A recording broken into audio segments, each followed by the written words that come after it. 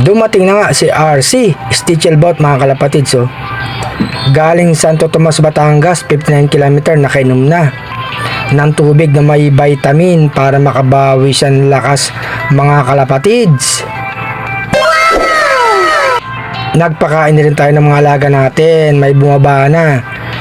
Yung isang itim, bababa pa yan. Pero si RC Stichelbot nagpapahinga pa sa taas. Mukhang napagod Mamaya bababa din yan mga kalapatids. Pinakain ko na rin itong magnanay mga kalapatids. Maganang kumain. Tumutuka na yung batang ibon mga kalapatids. Ang lakas kumain Tapos ito si Padrino nag-aantay ng pagkain. Ayan na. Paris yan si Black. Maganang kumain tong dalawa mga kalapatids. Kondisyong ibon. Malapit-lapit na yan mga itlog si Black mga kalapatids. Padrino ang galing pumaris Sa baba naman yung dalawang batang ibon natin magana ng kumain mga kalapatids. Hindi na muna natin pinasubuan kay Padrino. No.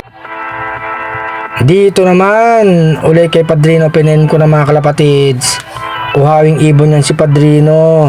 Yan si Black, umiinom na rin mga kalapatids. May vitamin na hinalo sa tubig.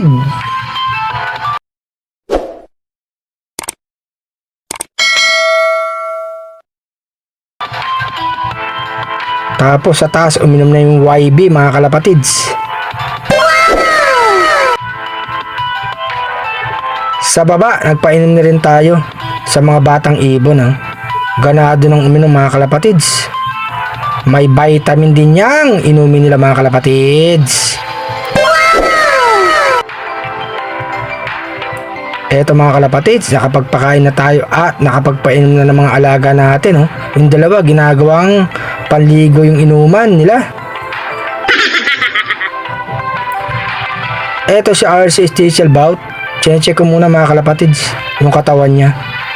Ayan, okay naman mga kalapatids Galing ang Santo Tomas, Batangas, 59 km Nakauwi siya mga kalapatids. Ito lagay na natin. Ito nga sa RC mga kalapatids. Mainit ang panahon Isang ibon nakauwi sa atin, RC Stichelbot. Salamat sa suporta niyo mga kalapatids.